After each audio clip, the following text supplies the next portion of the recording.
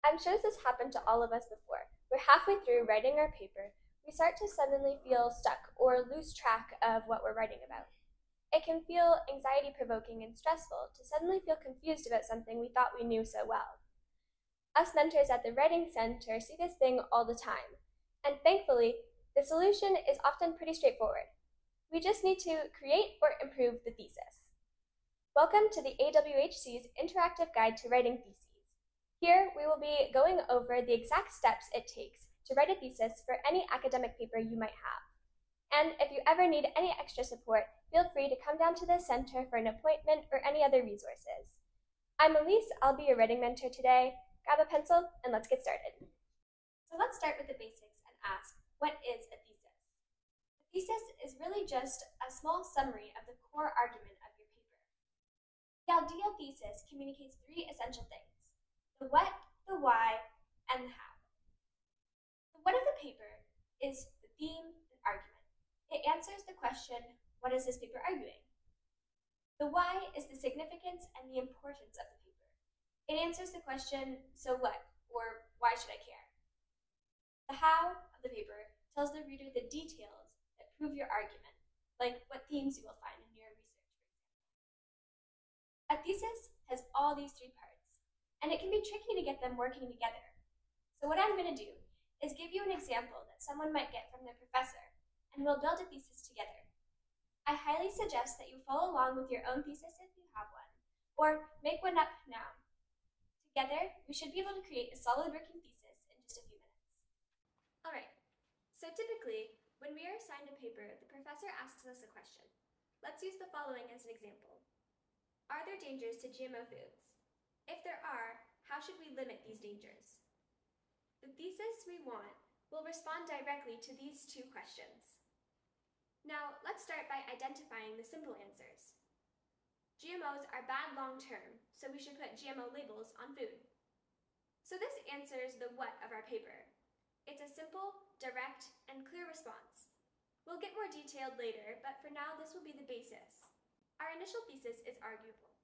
We know this because individuals' research or opinions could lead to differing arguments. People could plausibly disagree with what we have to say, claiming, for example, that GMOs are not actually bad long-term, and so we don't need any solution.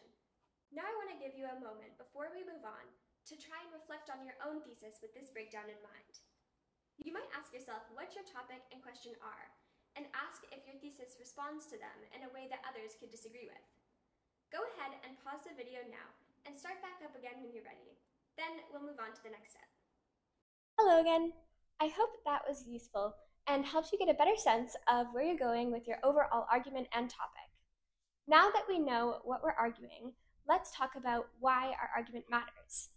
A common tool that can help with this step is the so what test. Basically, we ask ourselves, so what, at the end of the thesis, trying to push ourselves to explain why our readers should care. Let's take the first part of our thesis and ask, GMOs are bad. So what? When we ask it in this way, something important becomes clear. Bad is a super vague term. There are many different levels of bad, so we need to provide some specificity. We have no reference for how GMOs are bad. Are they bad for the environment, our children, public health? In short, why should we care that GMOs are bad? So let's come up with some ideas that might help explain why we should care about GMOs being bad. Perhaps in our research, we found that GMO foods are bad for Canada's farming industry because they degrade soil quality. This is a perfect reason for why we should care. Perhaps we also read that there are long-term health impacts from consuming GMO foods. That is another good reason.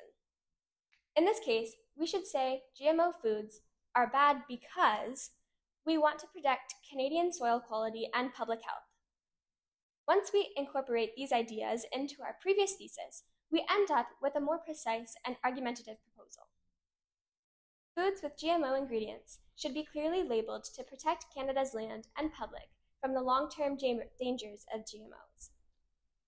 Remember that the why will come from your research, so if you're struggling with this step, read some more on the topic to find answers to questions we created earlier.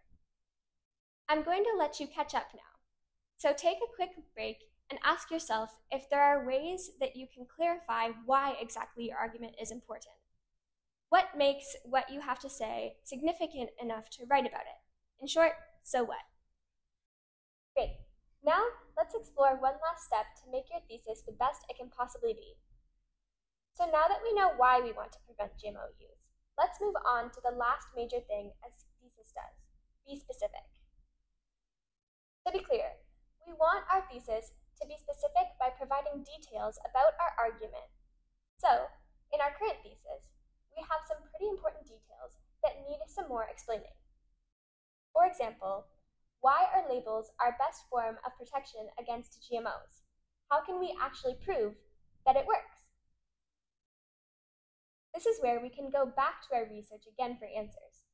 Maybe we find some more studies on the significance of food labels and customer buying.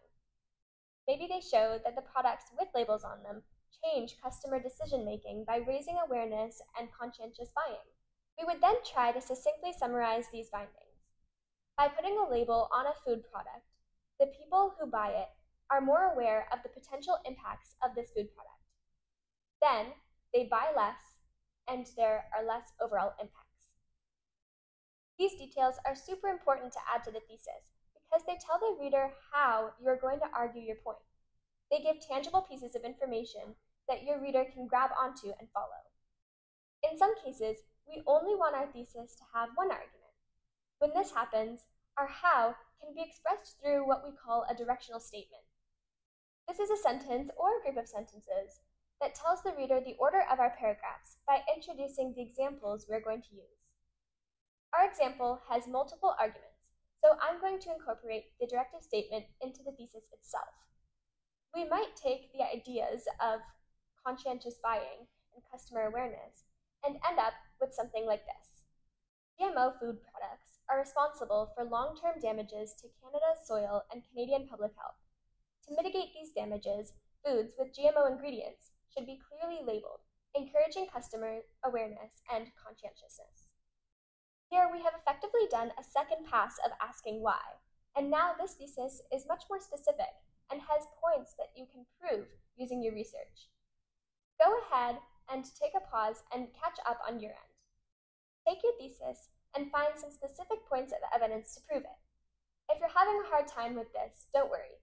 Sometimes it can be helpful to write your body paragraphs and come back to see how you proved your point. But just for the sake of practice, give it your best shot, and I'll see you soon.